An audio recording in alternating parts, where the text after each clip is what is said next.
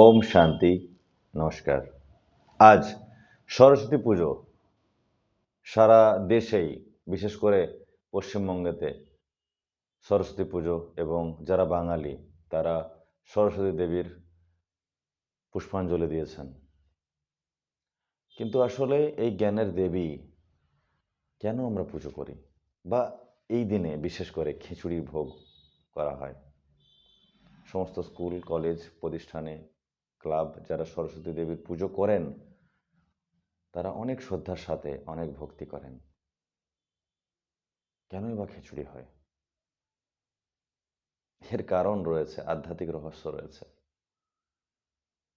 পরমপিতা পরমাত্মা, যাকে আমরা গড, আল্লাহ, ঈশ্বর, প্রিয়পশ বিভিন্ন নামে ডেকেছি, তিনি এখন এই সৃষ্টিতে অবতরিত করে এই জ্ঞানের দেবী বা জগদম্মা সরস্বতী আবার জ্ঞান দেন,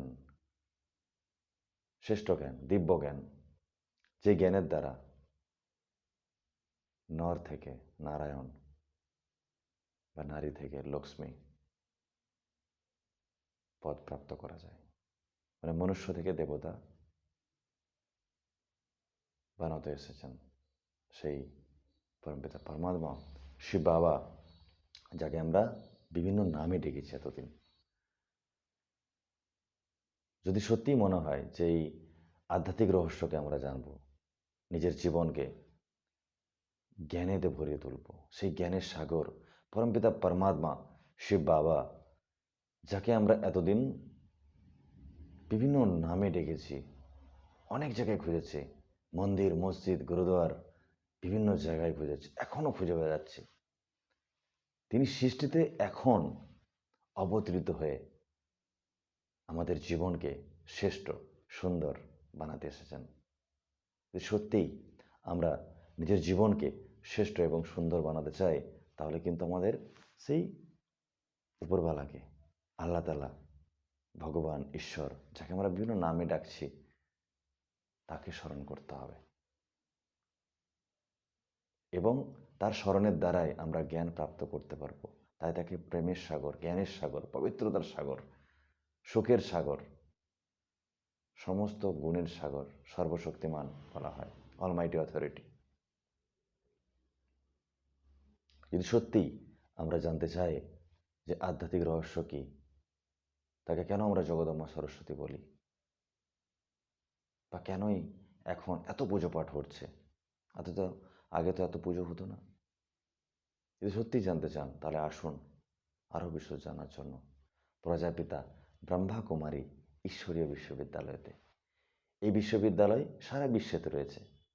এখানে কোনো রকম ধর্মের বিভেদ নেই, জাতি ধর্ম নির্বিশেষে এই শিক্ষা প্রতিষ্ঠান বিগত 90 বছর ধরে সেবা করে চলেছে নিঃস্বার্থভাবে।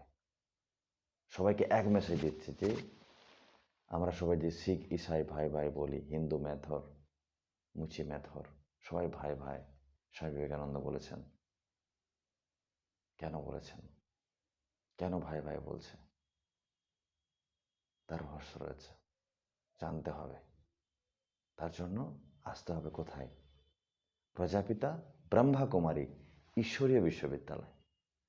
এখানে ঈশ্বরীয় শিক্ষা, রাজযোগ শিক্ষা দেওয়া হয়, যেই রাজযোগ শিক্ষার মাধ্যমে আমরা নিজের জীবনকে সম্পূর্ণরূপে পরিবর্তন করতে পারব। একমাত্র প্ল্যাটফর্ম। আমরা আগে শুনেছি গুরুকুল, গুরুকুলের শিক্ষা দেওয়া হয়, বিভিন্ন রকমভাবে পারদর্শী করা হতো, বিভিন্ন রকমভাবে ধ্যান, যোগ, স্বাস্থ্য, সমস্ত রকমভাবে তাকে সাংসারিক, পারিবারিক, সামাজিক, আধ্যাত্মিকভাবে সমস্ত রকমভাবে তাকে জ্ঞান দেওয়া হতো। তাতে তারা দেশের জন্য, দশের জন্য উন্নতি করার জন্য তাদেরকে গুরুকুলের শিক্ষা দেওয়া হতো। সেই ডিভাইন গুরুকুল বা গডলি নলেজ পাওয়ার একমাত্র প্রতিষ্ঠান। সমস্ত রকম জ্ঞান আপনি এখানে পাবেন সম্পূর্ণ বিনামূল্যে। এমন সংস্থা আর সারা পৃথিবীতে নেই। তার কারণ স্বয়ং ভগবান এই সৃষ্টিতে এখন যে অবতরিত হয়েছেন, এই বার্তা শুধুমাত্র প্রজাপিতা ব্রহ্মা কুমারী ঈশ্বরী বিশ্ববিদ্যালয়েতে ব্রহ্মা কুমারিয়া দিচ্ছেন। তাই আপনাদের প্রত্যেককেই সপরিবারে আমন্ত্রিত করব, আপনারা আসুন প্রজাপিতা ব্রহ্মা কুমারী ঈশ্বরী বিশ্ববিদ্যালয়তে। এই ঈশ্বরী বিশ্ববিদ্যালয় কোনো সাধারণ বিশ্ববিদ্যালয় নয়। এই বিশ্ববিদ্যালয় স্বয়ং ভগবান এ রচনা করেন, স্বয়ং ভগবান আসেন। ভাবুন আপনি কত সৌভাগ্যবান, কোটির মধ্যে কেউ, তার মধ্যে কেউ এই জ্ঞান পাবে। আমরা ৩৩ কোটি দেবী দেবতা বলি, তারা কোথায় গেল ভাবুন তো। আমরা ৩৩ জনের নামও বলতে পারবো না হয়তো, মেবি। তো আপনারা যারা খুব স্টাডি করেন তারা বলতে পারবেন, সাধারণ কাউকে জিজ্ঞেস করলে তারা হয়তো বলতে পারবে না ৩৩ জনের নাম, দেবী দেবতার নাম। কেন বলুন তো? তার কারণ বিশেষ যারা, তাদের নাম আমরা জানি। লক্ষ্মীনারায়ণ, তাই না, গণেশ, এই ধরনের যারা খুব বিশেষ। লক্ষ্মীনারায়ণ কেন? পূর্বজ, আমাদের পূর্বজ বলে লক্ষ্মীনারায়ণ।